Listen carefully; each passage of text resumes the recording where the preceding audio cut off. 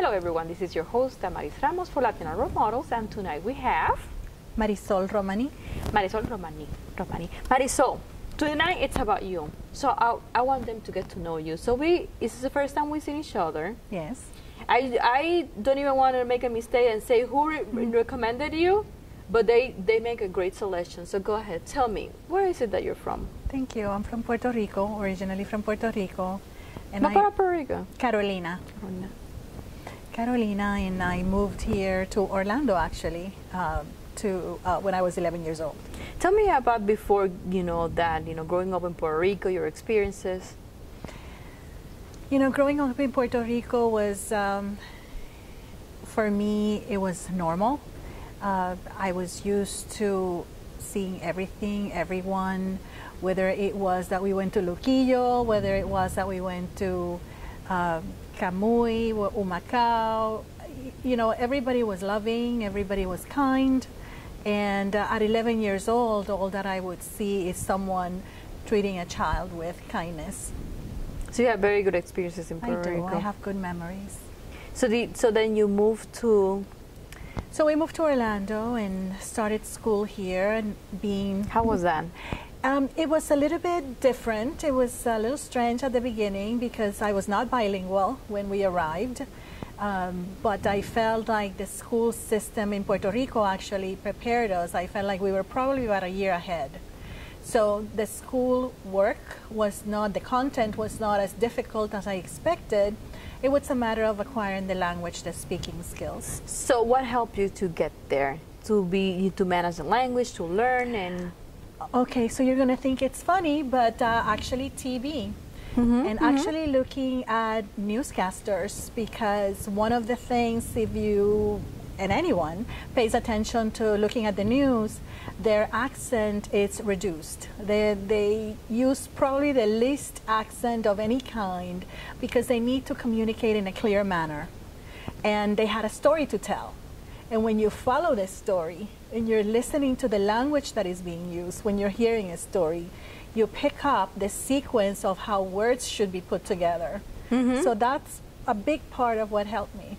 What helped me when I came here, like about 17 years ago, was caption. I would put caption on. Caption. I will put the words that I did not understood at that point. So I will get to the dictionary later. This is back when dictionaries were used. Correct. Correct. No Google. No Google at that time. So yes. So then, tell me a little bit more. So you got here, you overcame that challenge. So it was still elementary school? Middle school. Middle school. And I went to Evans High School. And when I graduated, I did not come from a family that had generations of going to college, so I didn't really have a background, a group that I could talk to and say, a little guidance, please. And so I had to depend on the people from the schools, the counselors, etc. At the end of the day, I did the responsible thing. I was not sure what I wanted to do, but I was certainly sure that I wanted to be the first woman of the family to go to college, so I did. First generation. First generation to go to college as female. And I decided to do the responsible financial thing and go to Valencia, start with Valencia.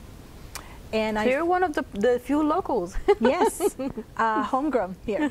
And I went to Valencia, and sure enough, in those 2 years, I was able to get a little bit more grounded and a little bit more of exposure as to what did I really like. And what helped you to figure it out at that time? I think being exposed to the multicultural student body that they had at that time in Valencia was good exposure for me to see where some of my interests lie. And I realized that I enjoyed being around children, that I enjoyed anything to do with a multicultural environment. And so I decided that I was going to do business. And once I graduated from Valencia, I went to FIU in Miami. And very high Hispanic population. Exactly. How was that? It was a lot of fun. It was, yes. You have to say that. I'm being honest.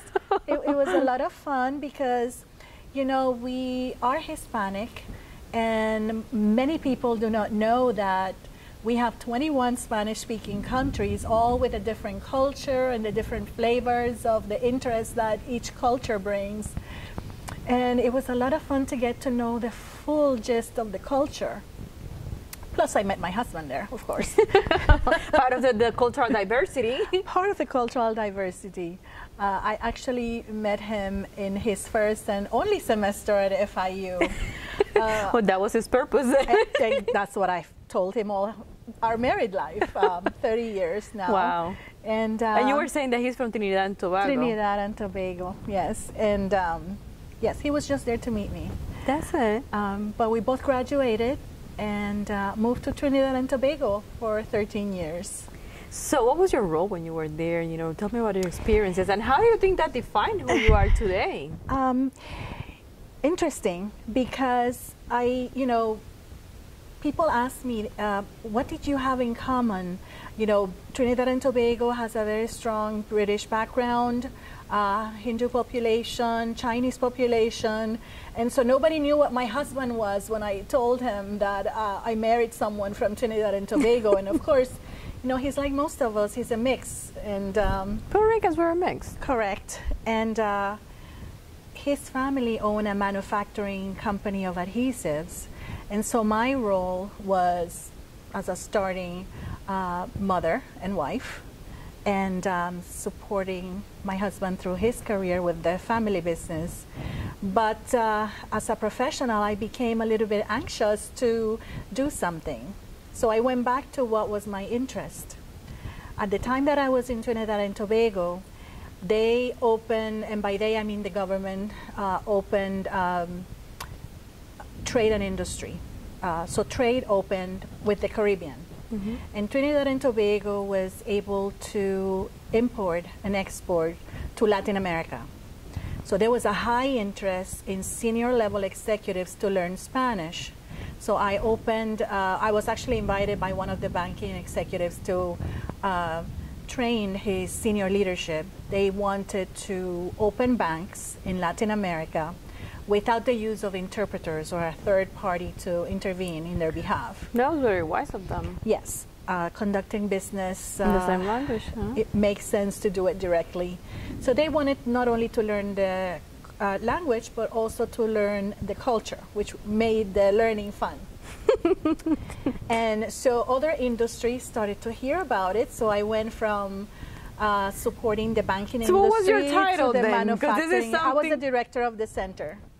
And I had people supporting the training. Multicultural and language. Correct, multicultural training, and then the Spanish-speaking skills, of course, at an international level, because we wanted to make sure that not only did they learn the vocabulary that was appropriate for their business industry, but that they spoke at an adult level with the level of sophistication that an executive needed to have.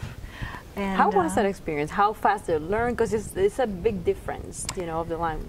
It was a big difference, and it was interesting for them, and it became a little bit of anxiety for them because it was a total immersion from the moment I entered the room.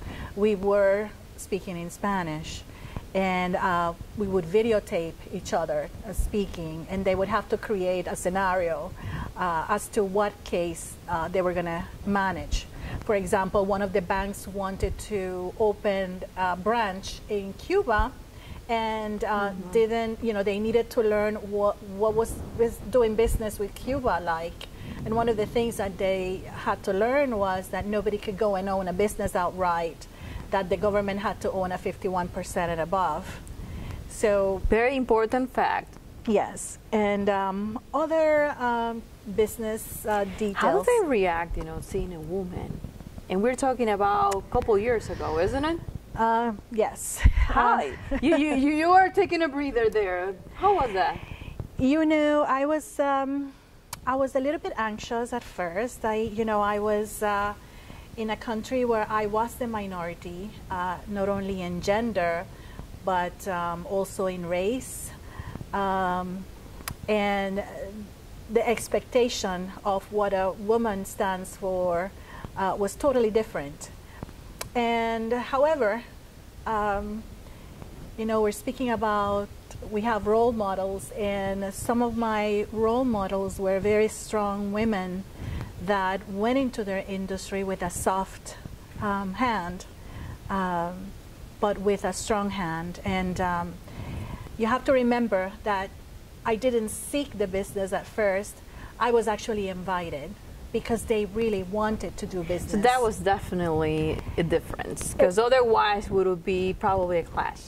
There was a difference, and not only were they interested, but they had met me in a business environment through my being part of the society there. And you have the backup of your husband and his family, and probably, you know, they already were known in the community, so you have that backup. But tell me, what is it that you're doing right now? I am now the Director of Diversity and Minority Business Development with That Orlando is Health. awesome. You have continued the legacy, and it's interesting because you started, you know, saying, you know, at early age you were not clear of what was your route going to be. Mm-hmm. And going there, he came here to meet you. Yes. Took you there. Yes. So you could find your goal on your journey. Yes. So what is it that you're doing with the hospital in your role? I started the Culture and Language Resources Department, so interpreter services for the patients. We have many international patients and customers that travel to Orlando. Orlando is a major destination, and when they come, you know, part of traveling sometimes, and unfortunately sometimes, includes a visit to the hospital. Mm-hmm. And so we needed to have a way, we wanted to make sure that we were able to communicate with everyone. And when someone is in pain, when someone is hurt, they revert, even if they're bilingual, back to their first home language. And so if speaking about business is important in your own language, when you're sick, way more important. And so making sure that the documents are translated, that we have interpretation services for them, was critical. And what I didn't mention to you is that when I was in Trinidad, I was president of the Hispanic women, because for me the heritage needed to be carried. Even though I came here at 11 years old, it was important for me to keep my Hispanic heritage alive.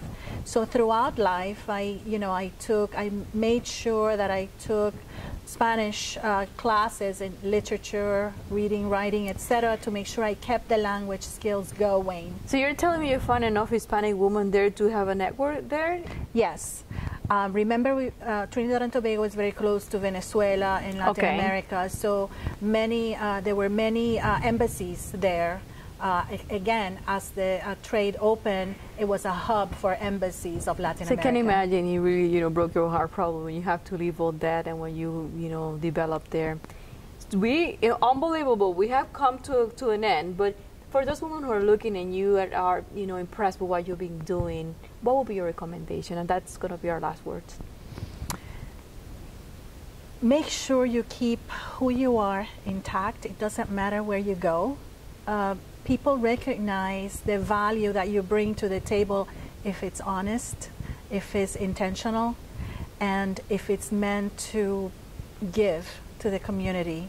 And part of what I did there and what I'm doing here, even when I'm working, is even though I'm providing a service, I'm providing a lot more than that, because the comfort of someone, that service of someone, being able to say how they feel when they're sick, that has a lot more value. I'm so glad that you have found your goal in life and your mission. Thanks for coming. Thank you for having me. This has been Damaris Ramos for Latina Role Models. Thank you and good night.